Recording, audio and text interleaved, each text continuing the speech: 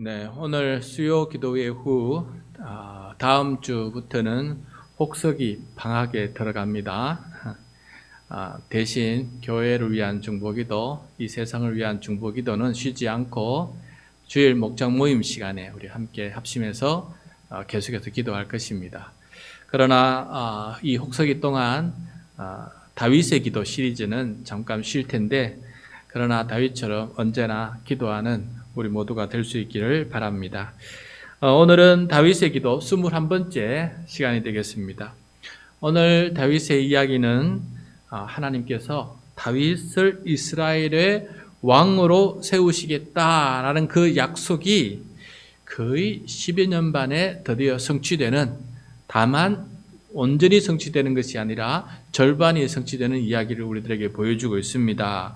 왜냐하면은 이스라엘 전체의 왕이 된 것이 아니고 남쪽 유다의 지파만의 왕이 되었기 때문에 온전한 전체의 왕은 되지 못해서 절반이 이루어졌다라는 얘기입니다.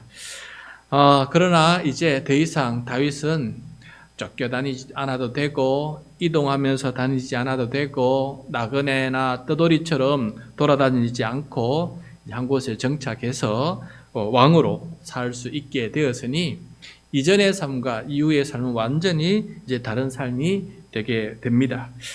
여러분, 지난주 말씀에서 사울 왕이 블레셋과 전쟁에서 전사를 하였다라는 것을 우리가 들었지요. 사울 왕이 죽어서 장례 절차를 다 행하고 이제 시간이 지나서 다윗이 하나님께 이제 묻습니다. 하나님, 이제 사울 왕을 피해서 이 블레셋 시글락이죠. 블레셋 땅 시글락에서 지금 머문 지가 1년 4개월 되었는데 아직도 더 머물러야 됩니까? 아니면 사울 왕이 죽었으니 이제 제가 이스라엘 땅으로 들어가도 됩니까? 라고 하나님께 묻고 그 행동하는 것을 보게 돼요. 오늘 말씀 1절입니다. 같이 읽겠습니다.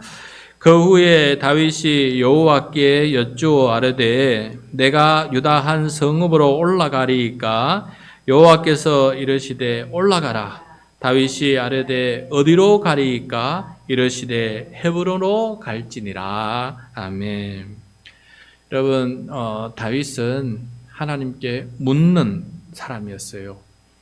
뭔가 행할 때마다 자기 생각이 있겠지요. 그렇지만은 늘 기도하면서 하나님은 어떻게 생각하실까? 하나님의 뜻은 무엇일까? 마음속에 고민하면서 그렇게 기도하는 그런 사람이 되었습니다. 그래서 오늘도 말씀 보시면은 하나님께 여쭈어서 묻고 이제 그 행동에 옮겨가는 것을 우리가 살펴볼 수 있게 돼요. 그래서 하나님께 묻는 이 모습이 왜 그렇게 중요하냐면은 사울 왕은 하나님께 묻지 않았기 때문에 그래요. 하나님께 묻지 않았기 때문에 그가 죽었다라고 하나님께서 말씀하시는 것입니다.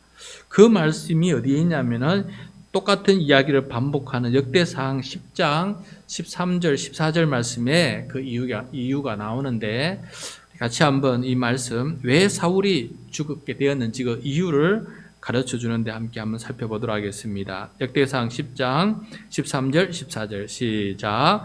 사울이 죽은 것은 여호와께 범죄하였기 때문이라. 그가 여호와의 말씀을 지키지 아니하고 또 신접한 자에게 가르치기를 청하고 여호와께 묻지 아니하였으므로 여호와께서 그를 죽이시고 그 나라를 이새의 아들 다윗에게 넘겨주셨더라. 여기 보면 사울 왕이 죽은 이유가 범죄했기 때문인데 무슨 범죄였느냐? 구체적으로 말씀하시기를 하나님의 말씀을 지키지 않았다는 거예요. 그럼 어떤 하나님의 말씀을 지키지 않았느냐?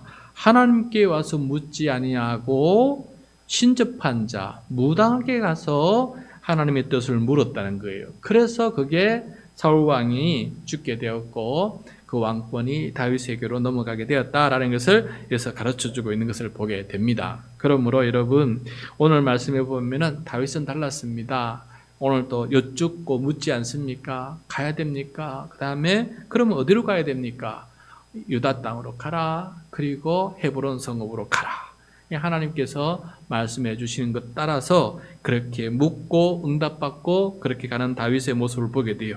그래서 그가 하나님 앞에 더 인정받는 그런 귀한 왕으로 되어가는 것 같습니다.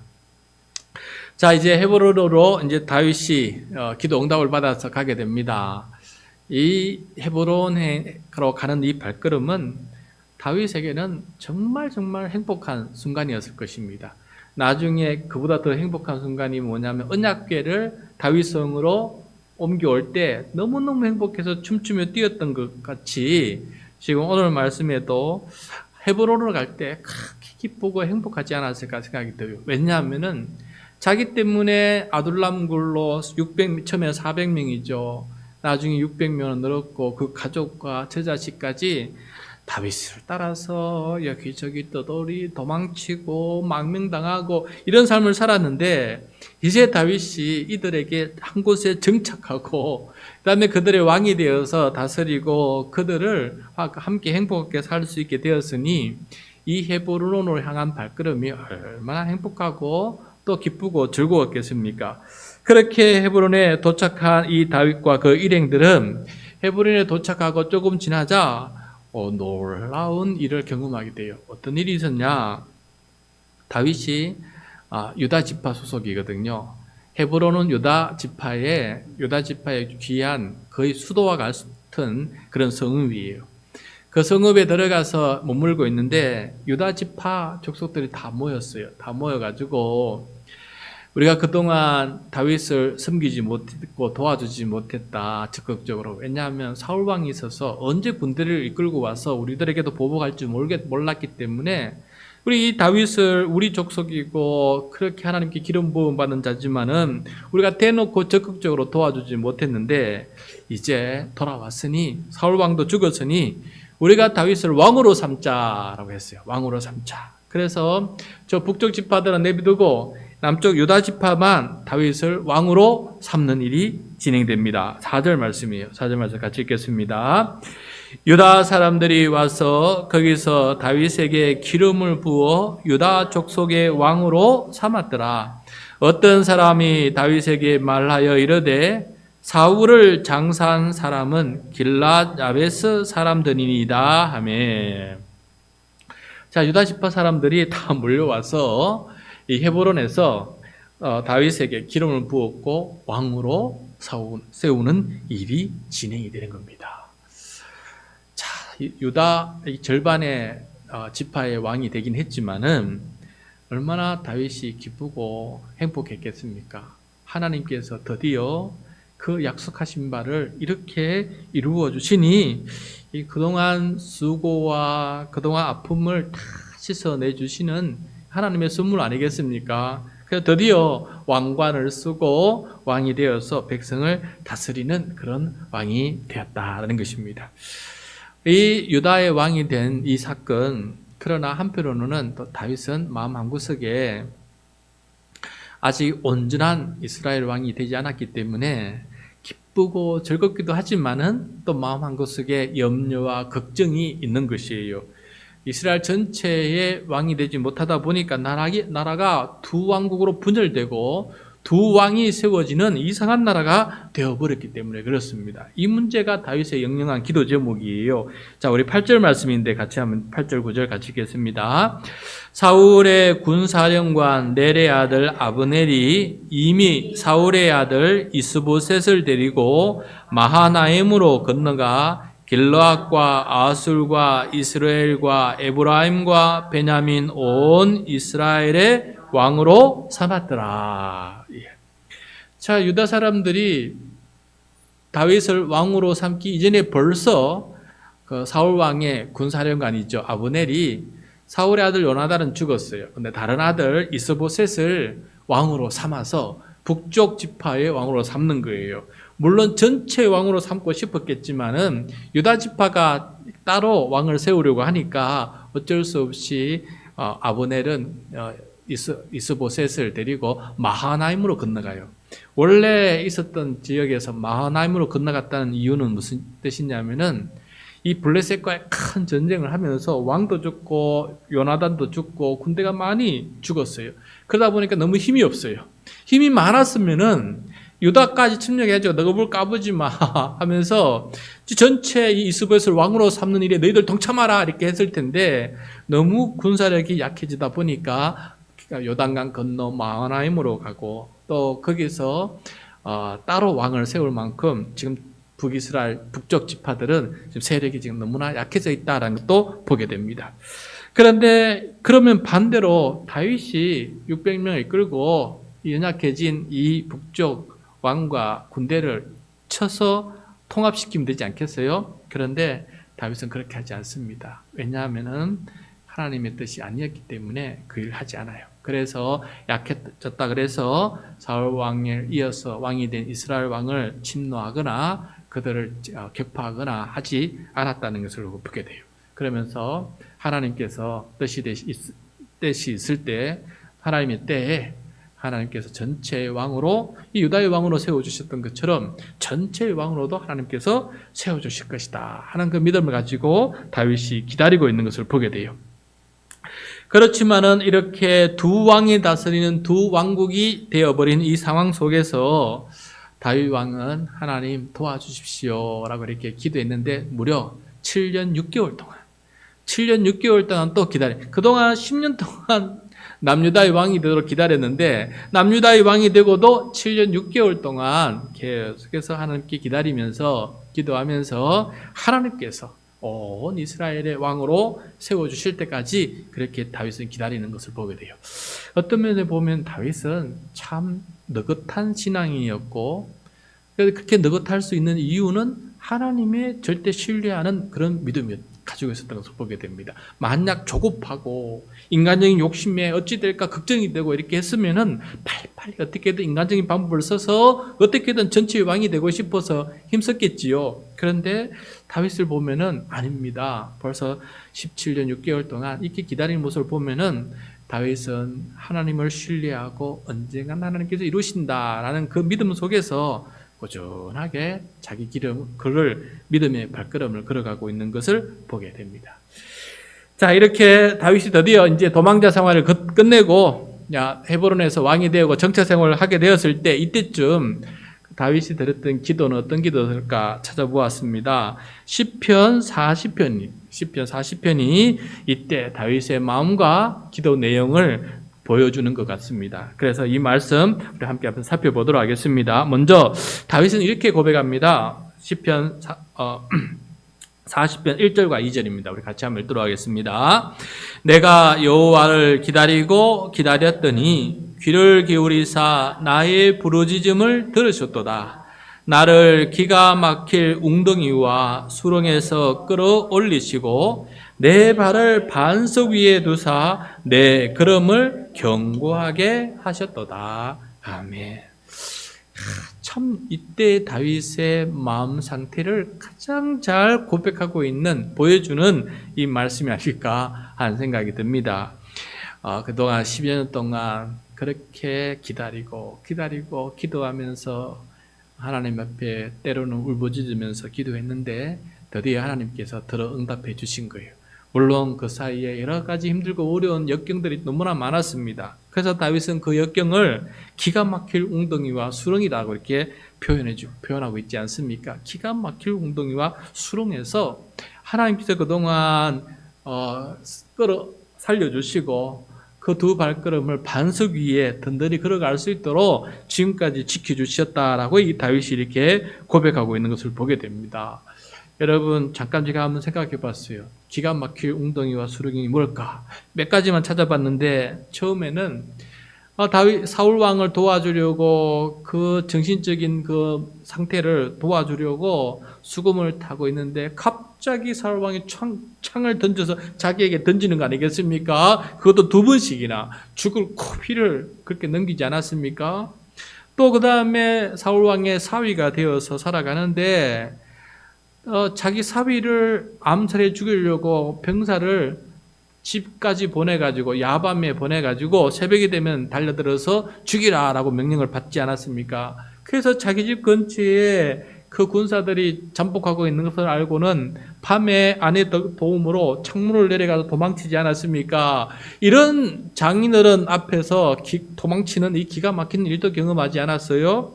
그 다음에 도망갈 데가 없어서 블레셋 땅에 갔는데 차못 온 거예요. 그래서 큰일 날 것 같아서 가도 왕 아게스 왕 앞에서 미친 체 하면서 수염 밑으로 침을 질질 흘리면서 그렇게 미친 체 하면서 겨우 목숨을 살린 적도 있지 않습니까? 그 다음에 자기를 도와서 도끼 떡과 그 다음에 골리앗의 칼을 주었던 그 노업의 제사장 아히멜렉, 그 아히멜렉이 자기를 그렇게 도와줬다는 그 이야기가 나중에 고자질돼서 사울왕의 귀에 들어갔더니 사울왕이 어떻게 했습니까? 아히멜렉과 제사장 80명을 다 불러가지고 한 칼에 다 죽였지 않았습니까? 다윗 자기 때문에 제사장 80여 명이 죽는 끔찍한 이 일들을 학살을 경험하고 정말 너무 힘들지 않았습니까? 그 다음에 이제 그 600명을 데리고 블레셋 땅에 또 다시 두 번째로 망명 갔는데 그 블레셋과의 전쟁에 이스라엘과 전쟁에 자기들도 참여하라 불러서 잠시 비웠더니 그 사이에 아말렉 군대가 그 시글락에 사는 성읍을 다 부수고 이 군사들의 600명의 군사들의 처자식을 다 데리고 가버리지 않았습니까? 그때 돌아와서 600명의 용사들이 어떻게 했습니까? 다윗에게 돌을 던지면서 죽이자. 당황해가지고 다윗이 얼마나 힘들고 어려웠습니까? 이런 몇 가지만 살펴봐도 이런 기가 막힌 웅덩이와 수렁에서 다윗을 건져주신 이 하나님께서 지금까지 도와주셨고 이제 이렇게 헤브론에 정착하면서 왕이 되도록 이렇게 도와주신 하나님의 은혜가 너무 크다라고 이렇게 고백하고 있는 것을 보게 됩니다. 여러분, 우리도 이 다윗처럼 우리의 삶의 역경이 참 많아요. 그런데 이 역경을 하나씩 견뎌오면서 겪어내면서 지금 이 자리까지 우리가 오게 되었습니다. 그래서 우리가 겪은 기가 막힌 웅덩이와 수렁만 보면은 불평이 생기겠지요. 그러나 나를 살려주시고 나를 붙들어 주신 하나님을 생각한다면은 다윗처럼 하나님 앞에 감사와 찬양과 영광을, 하나님께 모든 영광을 돌리는 그런 사람이 될 수 있지 않겠습니까? 그래서 우리도 하나님 앞에 감사함을 깨닫고 늘 하나님께 영광을 돌리는 그런 다윗과 같은 사람 될 수 있기를 바랍니다.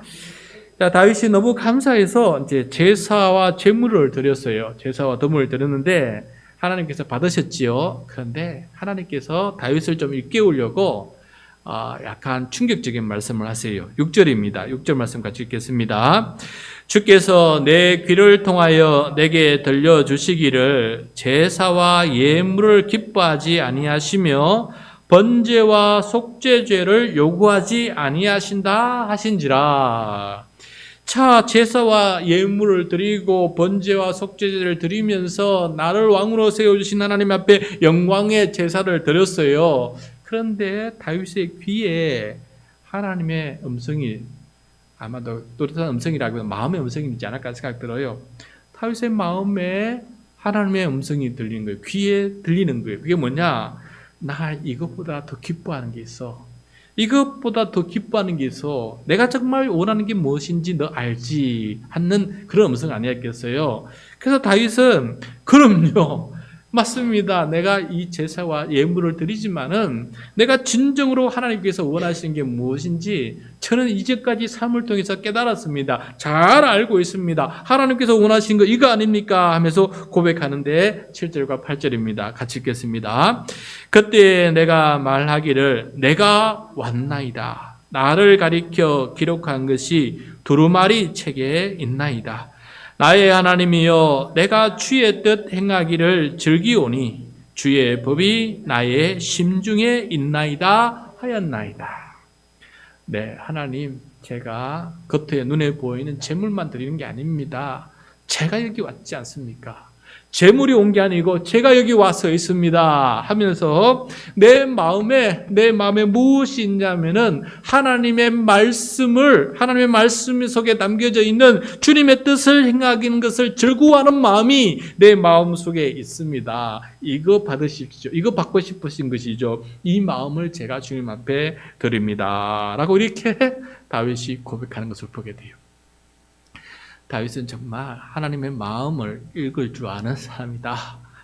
얼마나 하나님의 말씀을 많이 묵상하고 하나님과 함께 동행했으면은 정말 하나님께서 원하신 것이 무엇인지를 알고 그 마음을 하나님 앞에 진정한 제물로 올려드리는 이 다윗의 이 모습이 정말 얼마나 대단한지를 보게 돼요. 그래서 하나님은 다윗을 앞에 다음에 이제 아시겠지만은 다윗의 지위를 세워주잖아요. 왕조를 세우지 않습니까? 다윗 같은 왕이라면은 이 자녀들 계속 왕을 세워서 다윗 왕국을 이어지게 해서 하나님의 나라, 하나님의 뜻을 온전히 이루는 왕이 통치하는 그런 나라, 하나님의 나라를 만들고 싶다 하는 그런 감동이 생겨서 그렇게 다윗에게 언약을 맺으시고 다윗의 후손들을 왕으로 세우시겠다 라고 그렇게 말씀하시는 일들이 벌어지게 돼요. 그 일 중에 하나가 바로 이런 마음 때문이에요. 이런 마음이 있으니까 다윗을 하나님께서 세워주신 거 아닌가 한 생각을 해보게 됩니다. 여러분, 우리도 종교생활 많이 합니다. 열심히 교회 나오고 또 열심히 또 직분도 받고 섬기고 애쓰고 그리고 전도도 하고 살피고 이런 모든 일들을 감당하게 돼요. 그런데 진정으로 하나님께서 받으시는 것은 무엇이냐?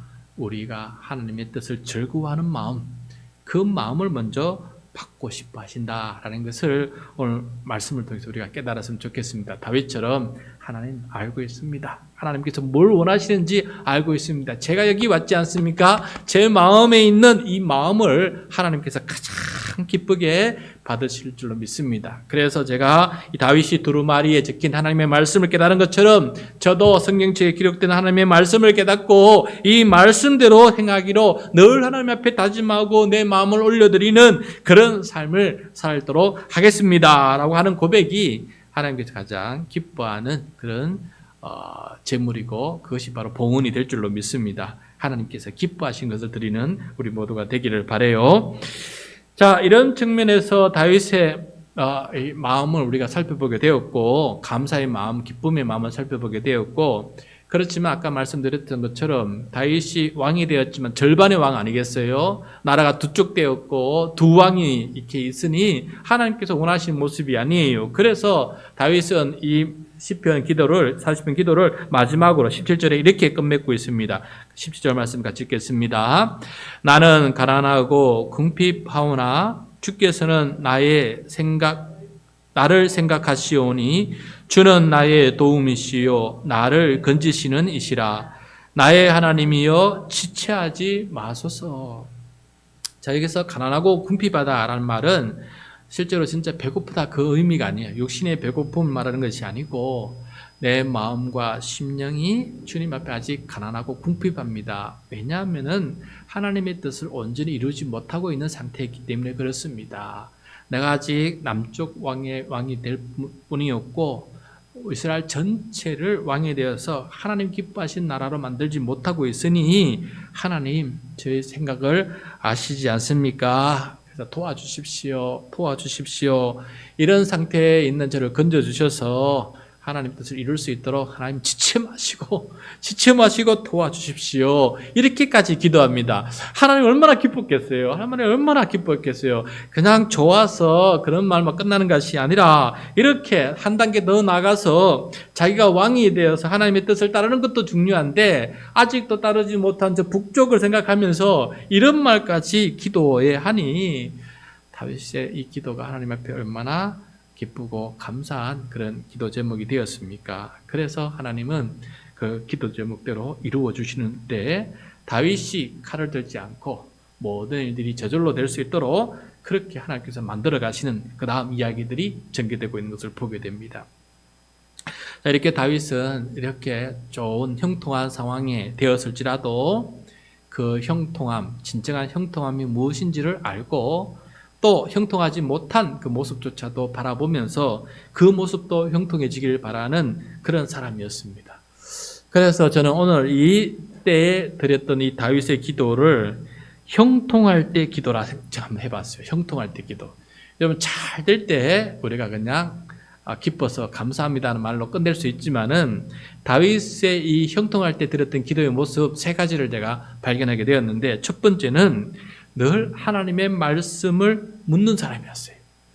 그냥 기뻐서 당장 달려가면 될 거 아니에요. 유다 땅으로 헤브론으로 달려가면 될 거 아니에요. 그런데 먼저 하나님께 물어보고 하나님의 뜻을 간구하는 것을 보게 돼요. 형통할수록 더욱더 하나님의 뜻을 물어보고 가는 사람이 되었다. 그래서 형통할 때 우리가 모든 것이 잘 되니까 하나님 나에게 만사 형통을 허락해 주시는 것보다, 그래서 내가 뜻대로 하면 되는 거가 보다 이렇게 생각할 것이 아니라 그때일수록 더욱더 하나님 앞에 묻고 기도하는 사람이 되어야 된다는 것이고, 두 번째, 모든 역경 속에서도 도우신 하나님께 감사하는 사람이 되어야 된다. 역경을 생각하면서 불평하기보다는 형통할수록, 형통이 찾아왔을 때 더욱더 하나님 앞에 그것을 감사하며 그 모든 역경을 이루신 하나님께 감사하는 사람 되고, 두 번째, 이럴 때일수록 하나님께서 원하시는 것은 무엇인지 한번 생각해 보는 거예요. 많은 재물보다 하나님의 뜻을 이루는 사람이다.